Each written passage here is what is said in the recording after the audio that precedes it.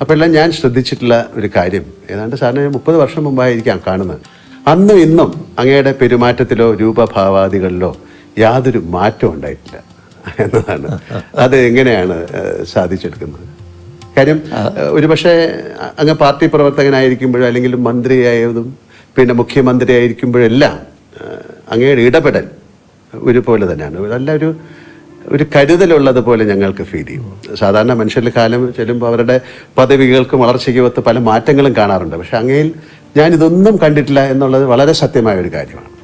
ഒന്ന് നമ്മൾ കാണേണ്ടത്, നമ്മൾ ഏത് സ്ഥാനത്തിരിക്കുന്നതായാലും അതൊരു പ്രത്യേക നിയോഗത്തിൻ്റെ ഭാഗമാണെന്ന് കാണേണ്ടതേ ഉള്ളൂ. എപ്പോഴും അവിടെ നിന്ന് മാറേണ്ടതായിട്ട് വരാം. ആ ഒരു ധാരണ നമ്മുടെ ഉള്ളിലുണ്ടാവണം.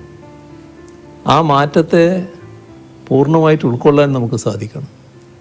അന്ന് ഇപ്പോൾ മാറണം എന്ന് പറഞ്ഞാൽ ആ മാറുമ്പോൾ ഒരു പ്രയാസവും ഉണ്ടാകരുത്. അതാണ് നമുക്ക് ഏറ്റവും പ്രധാനം. ഞാൻ വൈദ്യുതി മന്ത്രിയായിട്ടാണല്ലോ മന്ത്രിസഭ പ്രവർത്തനം ആരംഭിക്കുന്നത്.